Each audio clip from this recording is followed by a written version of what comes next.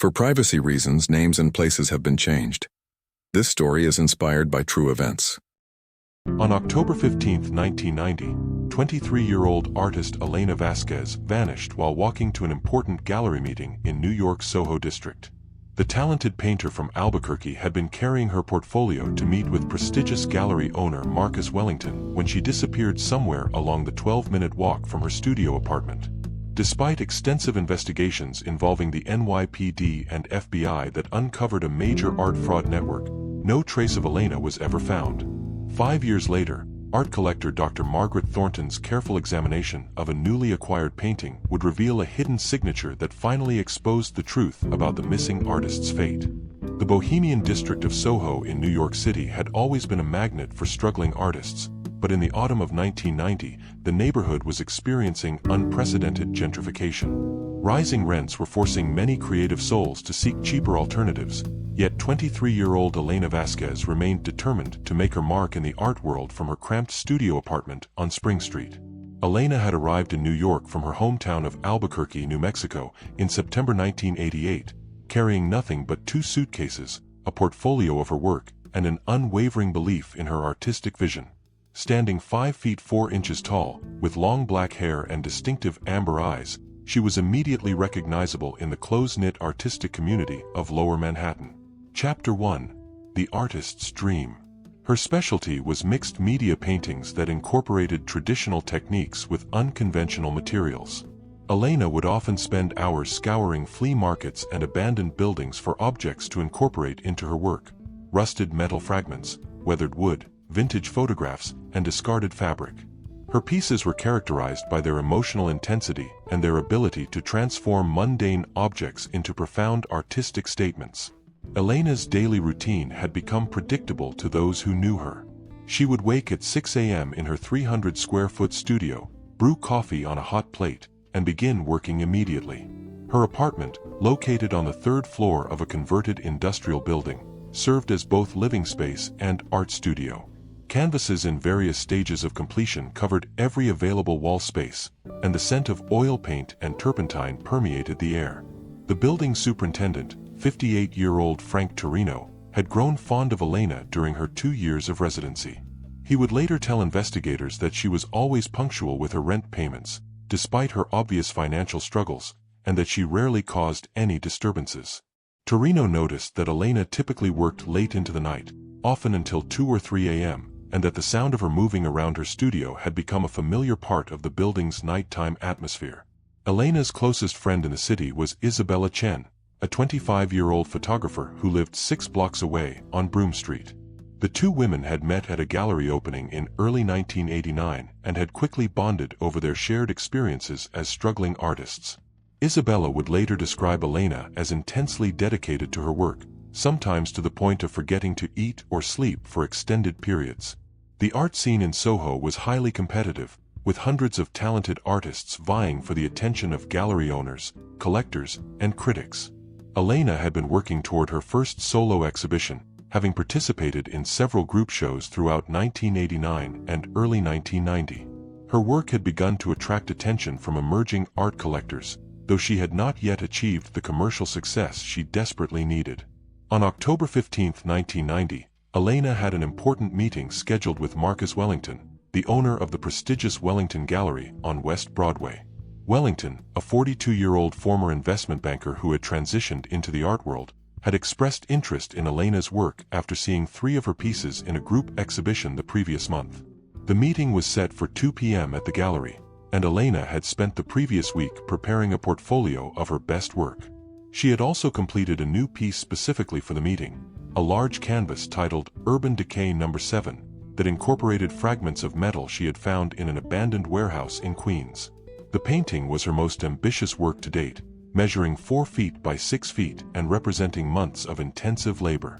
Isabella Chen had spoken with Elena by phone at 11 a.m. on October 15th, and Elena had expressed both excitement and nervousness about the upcoming meeting. She had mentioned that she planned to arrive at the gallery early to ensure she had adequate time to present her work properly.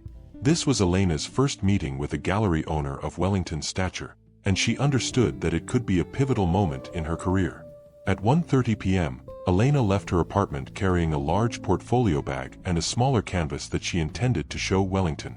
Frank Torino encountered her in the building's lobby and later recalled that she appeared confident and well-dressed, wearing a black turtleneck, dark jeans, and a vintage leather jacket that she had purchased from a thrift store in Greenwich Village.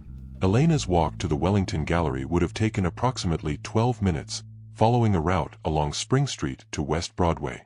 The neighborhood was busy with typical Monday afternoon foot traffic, including tourists, shoppers, and other artists moving between galleries and studios.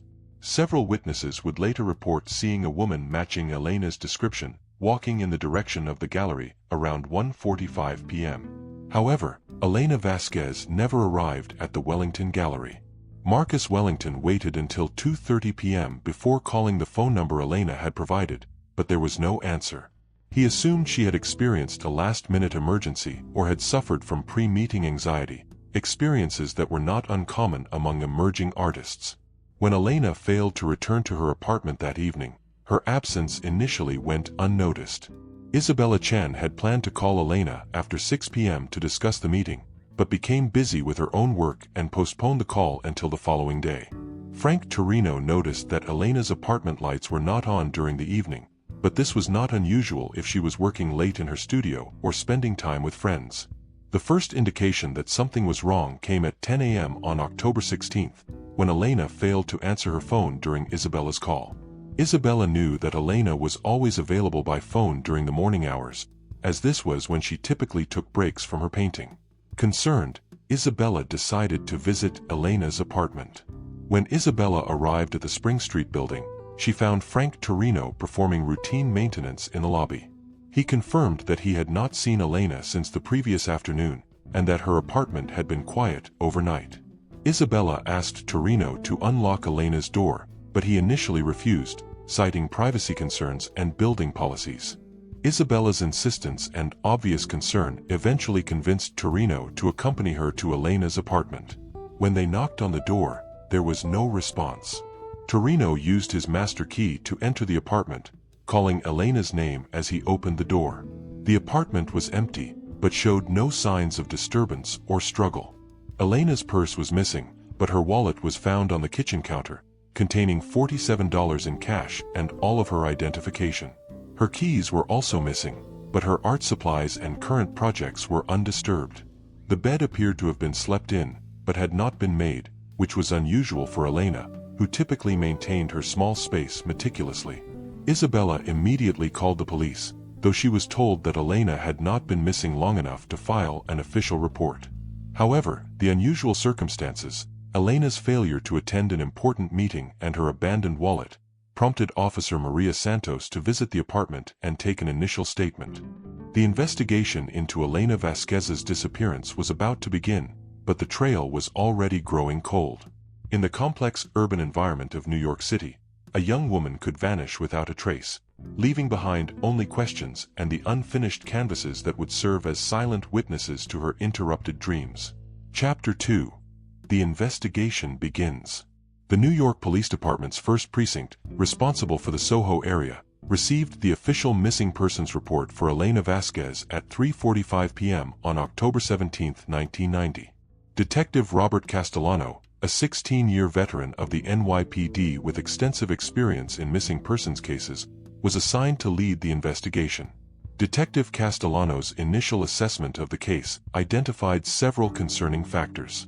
Elena's failure to attend the important gallery meeting, combined with her abandoned wallet and the absence of any contact with friends or family, suggested that her disappearance was involuntary.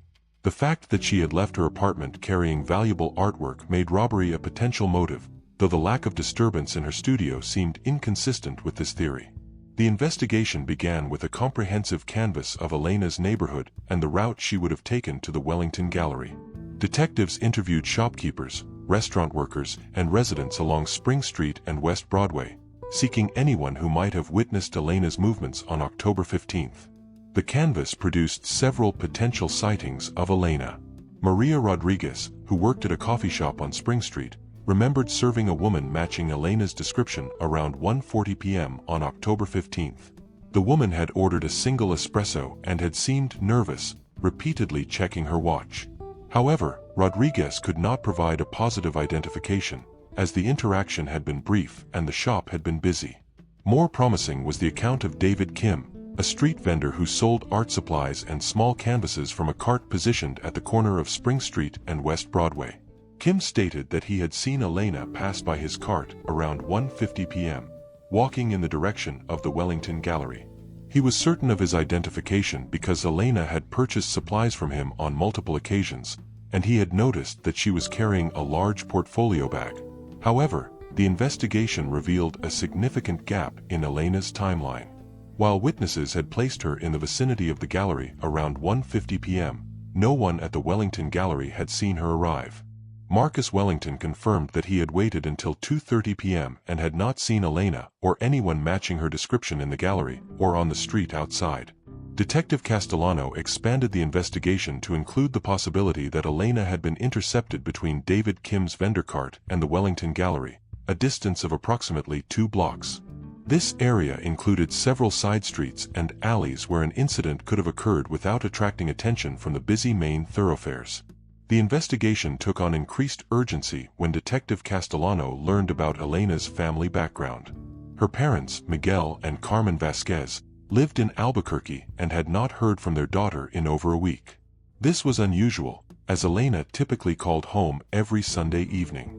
The family had limited financial resources and had been unable to travel to New York immediately, but they provided investigators with detailed information about Elena's habits, relationships, and any potential sources of conflict in her life. Elena's background check revealed no history of mental health issues, substance abuse, or involvement in criminal activities. Her friends and acquaintances described her as stable, focused, and dedicated to her art. There were no known romantic relationships that might have created personal conflicts, and she had no history of disputes with landlords, creditors, or other individuals who might have wished her harm. The investigation expanded to include Elena's artistic connections and the broader Soho art community. Detective Castellano recognized that the competitive nature of the art world could create conflicts and rivalries that might not be immediately apparent to outsiders. He began interviewing gallery owners, fellow artists, and collectors who had interacted with Elena. One area of particular interest was Elena's practice of incorporating found objects into her artwork. She was known to explore abandoned buildings, construction sites, and industrial areas in her search for materials. Detective Castellano theorized that Elena might have encountered dangerous individuals during these expeditions, or that she might have inadvertently witnessed illegal activities. The investigation revealed that Elena had been working on a series of paintings that incorporated materials from a specific abandoned warehouse in Queens. Isabella Chen confirmed that Elena had made multiple trips to this location over the past several months, sometimes staying for hours as she searched for suitable objects. The warehouse was located in an isolated industrial area with limited security and infrequent police patrols. Detective Castellano and his team conducted a thorough search of the Queens warehouse on October 22. The building had been vacant for over 3 years and showed signs of unauthorized entry and occasional use by homeless individuals. However, the search revealed no evidence of Elena's presence or any indication of criminal activity. The investigation also focused on Marcus Wellington and the circumstances surrounding Elena's scheduled meeting. Wellington was cooperative and provided detailed information about his interactions with Elena, including copies of their phone conversations and his impressions of her work. He had no apparent motive for harming Elena and had alibis for the time period when she disappeared. However, Detective Castellano's investigation revealed that Wellington had not been entirely forthcoming about his background. A more thorough check revealed that Wellington had been investigated by the FBI in 1987 for suspected involvement in art forgery, though no charges had been filed. The investigation had centered on allegations that Wellington had knowingly sold forged paintings to collectors, but the case had been dropped due to insufficient evidence. When confronted with this information, Wellington admitted to the earlier investigation but denied any wrongdoing. He explained that he had been deceived by forgers and had unknowingly sold several fraudulent pieces, but that he had cooperated fully with authorities and had improved his authentication procedures. He expressed frustration that the old investigation was being raised in connection with Elena's disappearance. The FBI investigation into Wellington's activities had been supervised by Agent Patricia Moore, who was still working in the New York field office. Agent Moore agreed to meet with Detective Castellano to discuss the earlier case and its potential relevance to Elena's disappearance. Agent Moore's briefing revealed that Wellington had been part of a network of gallery owners and dealers who had been targeted by sophisticated art forgers. The forgeries had been extremely high quality, making them difficult to detect even by experienced professionals. The investigation had focused on whether the dealers had been victims or accomplices, but the evidence had been insufficient to prove criminal intent. The connection between Elena's disappearance and the art forgery investigation remained unclear, but Detective Castellano recognized that it represented a potential motive for criminal activity. If Elena had somehow become involved in or aware of illegal activities in the art world, she might have been silenced to protect the perpetrators. As October ended, the investigation had generated numerous leads but no definitive answers. Elena Vasquez remained missing, and the trail was growing increasingly cold. The NYPD had devoted significant resources to the case, but the complex urban environment of New York City provided countless opportunities for someone to disappear without leaving traces. The investigation was about to enter a new phase, focusing on the broader art community and the possibility that Elena's disappearance was connected to criminal activities that extended far beyond Soho. However, the answers would not come from traditional police work, but from an unexpected discovery that would surface 5 years later in the collection of a private art collector. Chapter 3. Deeper into the art world. By November 1990, Detective Castellano's investigation had evolved into a complex examination of New York's underground art scene. The case had attracted attention from the FBI's art crime team, and Agent Patricia Moore had been assigned to work collaboratively with the NYPD on the investigation. The expanded investigation revealed that Elena Vasquez had been more deeply connected to the city's art world than initially apparent. Through interviews with gallery assistants, art students, and collectors, investigators discovered that Elena had been working part-time as a courier for several galleries, delivering artwork between locations and to private collectors. This courier work had provided Elena with access to high-value artworks and had exposed her to the more exclusive segments of the art market. Gallery records showed that Elena had made deliveries to private residences, storage facilities, and even overseas shipping companies. The work had been irregular but well-paying, providing Elena with the financial stability she needed to continue her own artistic pursuits. Isabella Chen revealed that Elena had occasionally expressed concerns about some of her courier assignments. Elena had mentioned that certain deliveries seemed unusual, involving artwork that was not properly documented or transactions that were conducted in cash rather than through traditional banking channels. However, Elena had never provided specific details about these concerns, and Isabella had assumed they were typical of the informal nature of the art business. The investigation took on new urgency when Detective Castellano learned that Elena had been scheduled to make a delivery on the afternoon of October 15th, after her meeting with Marcus Wellington.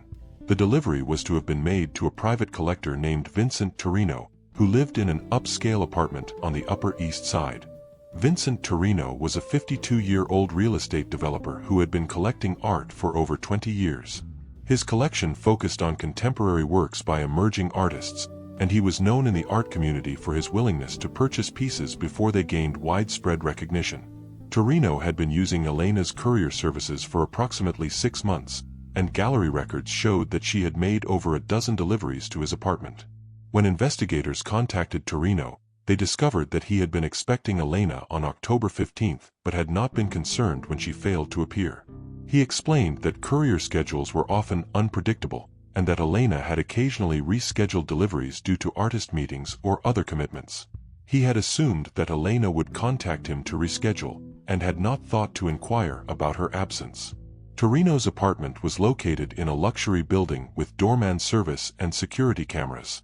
The building's records showed that Elena had never arrived on October 15th, and security footage confirmed that no one matching her description had entered the building that day. This information helped investigators narrow the timeline of Elena's disappearance to the period between 1:50 p.m. and 2:30 p.m. The investigation revealed that the artwork Elena was supposed to deliver to Torino was a painting by an emerging artist named Thomas Brennan. The piece, titled Metropolitan Shadows, was valued at $3,500 and was being sold by the Morrison Gallery in Soho. Gallery owner Sarah Morrison confirmed that the painting had been packaged for delivery on October 15th, and that Elena had been scheduled to pick it up after her meeting with Wellington. However, when investigators examined the Morrison Gallery's records more closely, they discovered inconsistencies in the documentation for Metropolitan Shadows. The painting had been attributed to Thomas Brennan, but there were no records of Brennan's previous work or biographical information. Additionally, the painting's style seemed inconsistent with other contemporary works, suggesting that it might be significantly older than claimed. Agent Moore recognized these inconsistencies as potential indicators of art forgery or fraudulent attribution. The FBI's art crime team had extensive experience with cases involving misattributed artworks, and the patterns they observed in the Morrison Gallery's documentation were familiar from previous investigations. The investigation into Thomas Brennan revealed that he was a fictitious artist. No records existed of his birth, education, or previous artistic work.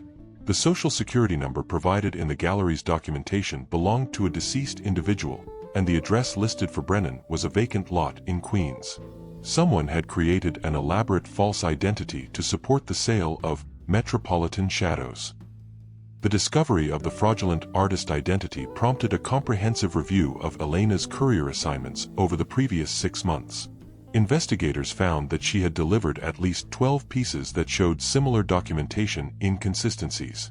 These artworks had been sold by various galleries throughout Manhattan, but all had been purchased by the same group of collectors, including Vincent Torino.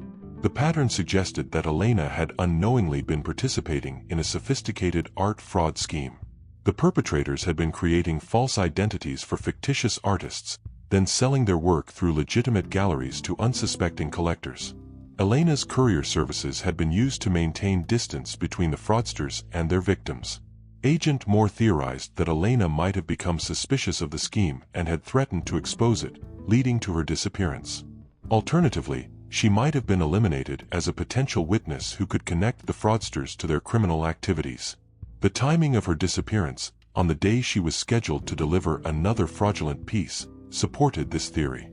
The investigation expanded to include surveillance of the collectors who had purchased the fraudulent artworks. Vincent Torino and 5 other collectors were monitored to determine if they were victims or accomplices in the scheme. The investigation revealed that most of the collectors appeared to be genuine victims who had been deceived by the high-quality forgeries and false documentation. However, one collector, Dr. Richard Steinberg, a 45-year-old psychiatrist, exhibited behavior that raised suspicions. Dr. Steinberg had purchased 4 of the fraudulent pieces over a 6-month period, and he had been unusually specific about the delivery arrangements. He had insisted that Elena personally deliver the artworks to his office rather than his home, and he had always paid in cash immediately upon delivery. Surveillance of Dr. Steinberg revealed that he maintained a second office in a converted warehouse in Brooklyn, which he used for private practice sessions but which was not listed in any professional directories. The warehouse was located in an isolated industrial area with limited foot traffic and no security cameras. Agent Moore obtained a warrant to search the facility. The search of Dr. Steinberg's warehouse office on November 28, 1990, revealed a sophisticated art forgery operation. The facility contained easels, paints, and other art supplies, along with reference materials for studying the techniques of various artists.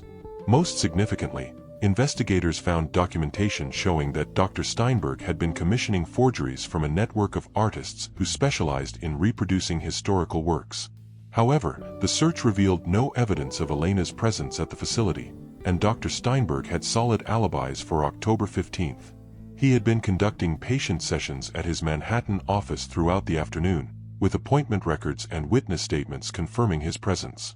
The investigation had uncovered a major art fraud operation, but it had not provided answers about Elena's disappearance. The investigation had reached a critical juncture. While significant progress had been made in understanding Elena's involvement in the art world and uncovering criminal activities, her actual fate remained unknown. The art fraud scheme provided a potential motive for her disappearance, but investigators had not identified the specific perpetrators or located any evidence of what had happened to her. As 1990 drew to a close, the investigation had generated over 500 pages of reports and had involved interviews with more than 100 individuals. The case had exposed corruption in New York's art world and had led to federal charges against several individuals, but Elena Vasquez remained missing. Her family continued to hope for answers, while investigators prepared for the possibility that the case might never be solved. The answers they sought were hidden in a painting that was already hanging in a collector's private gallery, waiting for the right person to discover the secret it contained. Chapter 4. The Cold Case. As 1991 began, the Elena Vasquez investigation had been officially reclassified as a cold case. Detective Castellano had been reassigned to active cases, though he continued to review Elena's file monthly and follow up on any new leads. The case had consumed 8 months of intensive investigation, involving over 200 interviews and the coordination of multiple law enforcement agencies. The investigation had achieved significant results in combating art fraud in New York City. The discoveries made during the search for Elena had led to federal charges against Dr. Richard Steinberg and 6 other individuals involved in the forgery network. The prosecution had resulted in prison sentences totaling over 40 years and the recovery of fraudulent artworks valued at more than $2 million. However, these successes provided no comfort to Elena's family. Miguel and Carmen Vasquez had traveled to New York in December 1990 and had remained for 3 weeks, hoping to learn something about their daughter's fate.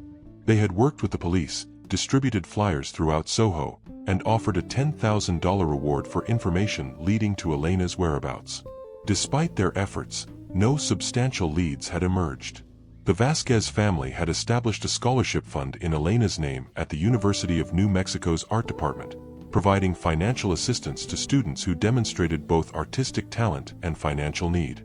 The fund had raised over $25,000 by the end of 1991, with contributions from Elena's friends in New York, fellow artists, and community members in Albuquerque.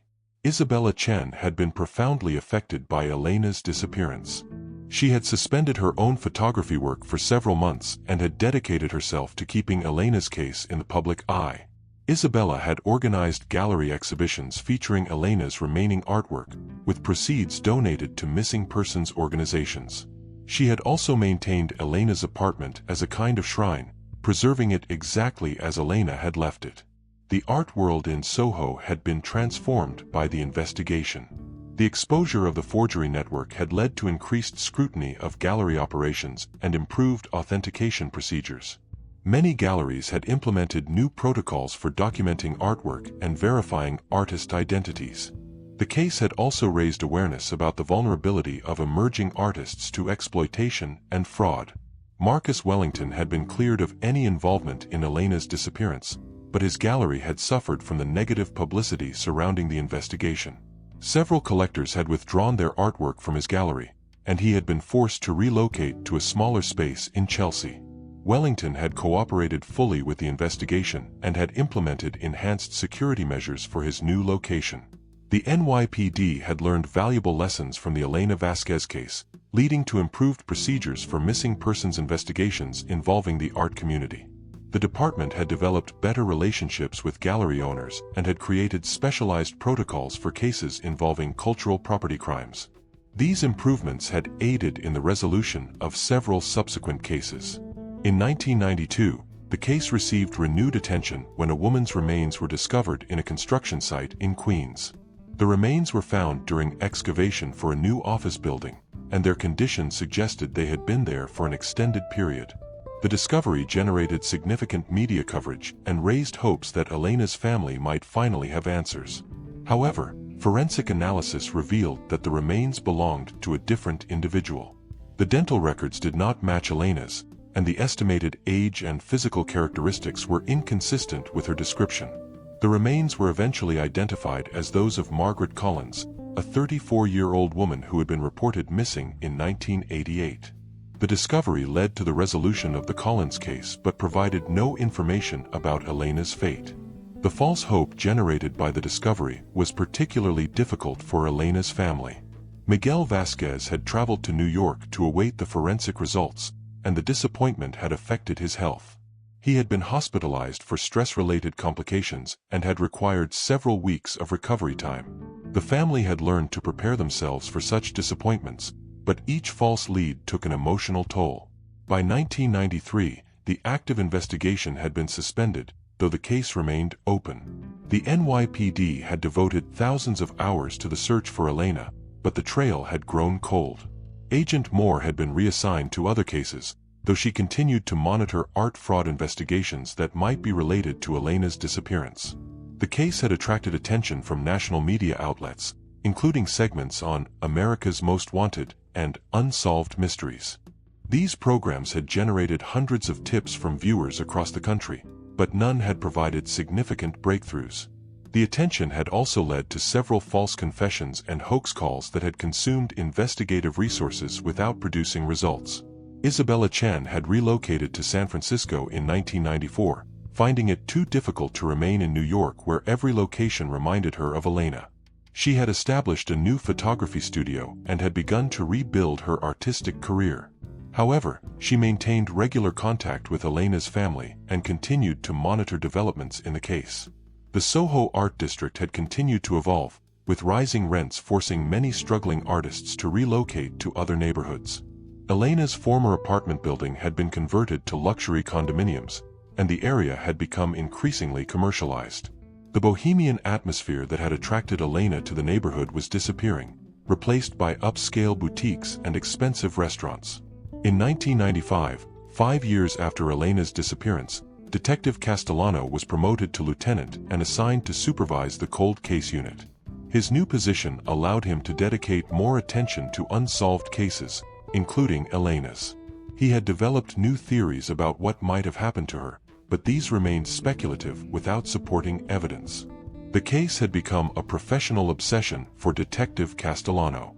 He had interviewed over 300 individuals during the investigation and had developed an encyclopedic knowledge of Elena's life, relationships, and circumstances. He continued to review the case file regularly, looking for connections or patterns that might have been missed during the initial investigation. The Elena Vasquez case had become part of NYPD legend, cited in training courses as an example of the challenges involved in missing persons investigations. The case had demonstrated the importance of understanding the victim's professional and social context, and had shown how criminal activities in specialized communities could complicate investigations. As 1995 ended, it seemed likely that Elena's disappearance would remain unsolved. Her family had accepted this possibility, though they continued to hope for closure. The case had changed many lives and had exposed significant criminal activity, but Elena's fate remained unknown. The answer to the mystery lay in a painting that was about to change hands, carrying with it a secret that would finally reveal the truth about what had happened to Elena Vasquez on that October afternoon in 1990. Chapter 5. The Hidden Signature. March 15, 1995. 5 years and 5 months after Elena Vasquez vanished from the streets of Soho, prominent art collector Dr. Margaret Thornton was preparing for what she expected to be a routine addition to her extensive collection. Dr. Thornton, a 58-year-old retired professor of art history from Columbia University, had been collecting contemporary American art for over 3 decades. Dr. Thornton's collection was housed in a converted warehouse in Chelsea, where she had created a private gallery space for her personal enjoyment and for small gatherings of fellow collectors. The space contained over 400 pieces, ranging from established masters to emerging artists, with a particular focus on works from the 1980s and 1990s New York art scene.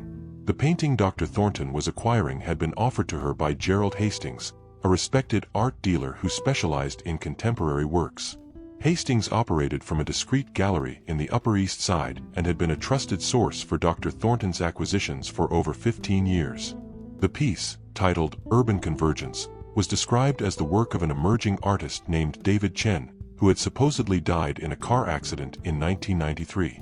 The painting measured 36 inches by 48 inches and depicted a complex urban landscape with abstract elements. The work showed sophisticated technique and emotional depth, characteristics that had attracted Dr. Thornton's attention when Hastings had first shown her photographs of the piece. The asking price was $12,000, which Dr. Thornton considered reasonable for a work of this quality. Hastings had provided documentation indicating that Urban Convergence had been part of a small estate sale following the artist's death. The painting had supposedly been purchased by a private collector who was now liquidating part of his collection. The provenance seemed legitimate, and Dr. Thornton had no reason to question the authenticity of the work. The painting was delivered to Dr. Thornton's gallery on March 15 by Hastings' assistant, Michael Romano. Romano was a 28-year-old art student who had been working for Hastings for 2 years, handling deliveries and routine gallery operations. The delivery was scheduled for 2 p.m., and Romano arrived punctually with the carefully packaged artwork. Dr. Thornton examined the painting carefully upon delivery, as was her standard practice. She was immediately impressed by the technical quality and the emotional impact of the work. The painting showed excellent use of color and composition, with subtle details that became apparent only upon close inspection. She was particularly drawn to the way the artist had incorporated mixed media elements into the traditional oil painting.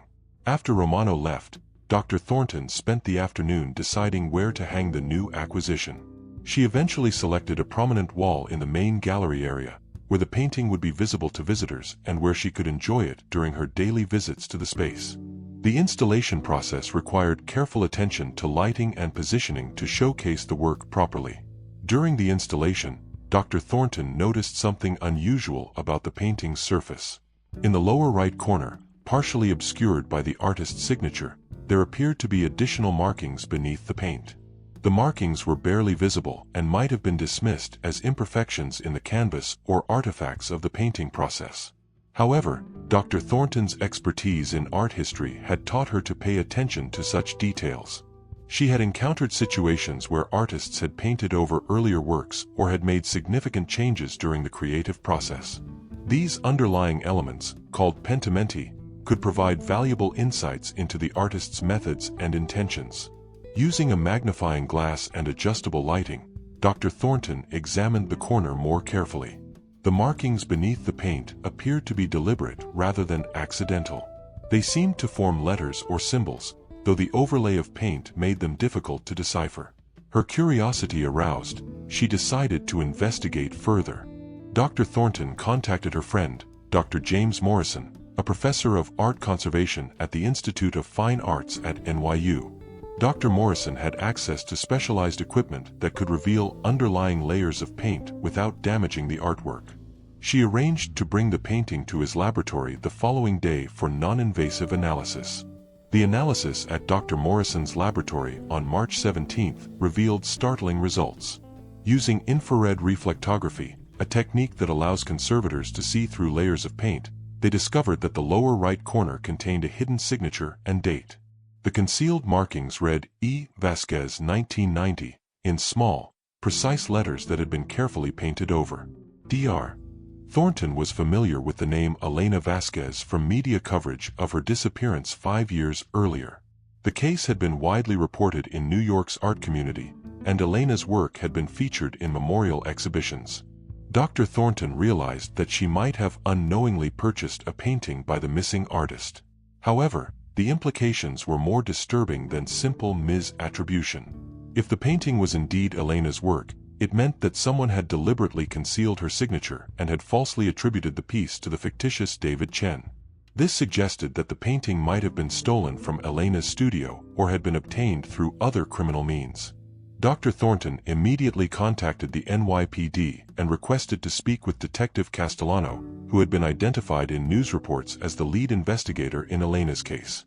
Detective Castellano, now a lieutenant in the cold case unit, was intrigued by Dr. Thornton's discovery and agreed to meet with her that afternoon. The meeting took place at Dr. Thornton's gallery, where she showed Lieutenant Castellano the painting and the results of the infrared analysis.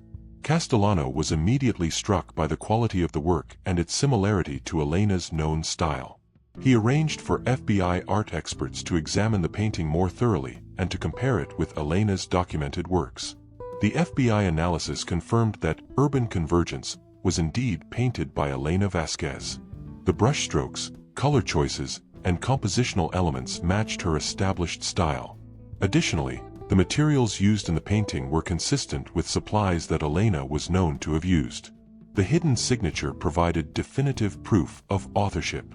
The discovery prompted an immediate investigation into Gerald Hastings and his gallery operations. Hastings was questioned about his acquisition of the painting and his relationship with the supposed seller. Under pressure, he admitted that he had not been entirely truthful about the painting's provenance. Hastings revealed that he had purchased Urban Convergence from a man named Anthony Torino, who claimed to be liquidating his deceased brother's art collection. Torino had provided false documentation about the painting's origin and had insisted on a cash transaction. Hastings had been suspicious of the arrangement, but had been attracted by the quality of the work and the reasonable price. The connection to the name Torino was significant, as investigators recalled that Elena had been scheduled to make a delivery to Vincent Torino on the day she disappeared. Further investigation revealed that Anthony Torino was Vincent's younger brother, and that the two men had been involved in several questionable art transactions over the previous several years. Lieutenant Castellano immediately obtained warrants to search both brothers' residences and business premises. The searches, conducted simultaneously on March 20, 1995, revealed evidence that would finally provide answers about Elena Vasquez's fate. In Vincent Torino's Upper East Side apartment, investigators discovered a hidden room behind a false wall in the basement storage area. The room contained an extensive collection of artwork, including 12 additional pieces that bore Elena Vasquez's hidden signature. Each painting had been altered to obscure Elena's original signature and had been attributed to fictitious artists. The room also contained Elena's missing portfolio bag, her keys, and several of her personal art supplies. Most significantly, investigators found a detailed journal written by Vincent Torino that documented his activities on October 15, 1990, and the subsequent cover-up of his crimes. According to Torino's journal, Elena had arrived at his apartment building on schedule to make her delivery. However, when she had examined the artwork she was delivering, she had recognized it as a piece that had been stolen from a gallery the previous month. Elena had confronted Torino about the theft, threatening to report him to the police. Torino had panicked and had struck Elena with a marble sculpture, causing fatal injuries. His journal described how he had hidden her body in his apartment storage room while he planned a cover-up. Over the following days, he had disposed of Elena's remains in a construction site in Queens, the same location where other remains had been discovered in 1992. The journal revealed that Torino had then orchestrated an elaborate scheme to profit from Elena's artwork. He had broken into her studio apartment and had stolen her completed paintings and works in progress. Working with his brother Anthony and several art forgers, he had systematically altered Elena's paintings to conceal her identity and had sold them through various galleries over the following 5 years. The scheme had been highly profitable, generating over $200,000 in illegal revenue. Torino had used the money to expand his real estate investments and to fund additional art acquisitions. He had believed that Elena's disappearance would be attributed to the dangerous lifestyle of struggling artists in New York City, and that her artwork would never be traced back to him. However, Torino's journal also revealed growing paranoia and guilt over his crimes. He had become increasingly concerned that the FBI's art fraud investigations might expose his activities. The journal's final entries, dated just weeks before the discovery of Urban Convergence, showed that he had been planning to destroy the remaining stolen artwork and flee the country. The arrests of Vincent and Anthony Torino on March 21, 1995, finally brought closure to the Elena Vasquez case. Vincent Torino was charged with murder, theft, and conspiracy, while Anthony faced charges related to art fraud and conspiracy. Both men eventually pleaded guilty to avoid death penalty prosecutions. Vincent Torino was sentenced to life in prison without the possibility of parole. During his sentencing hearing, he expressed remorse for his actions and provided additional information about the location of Elena's remains.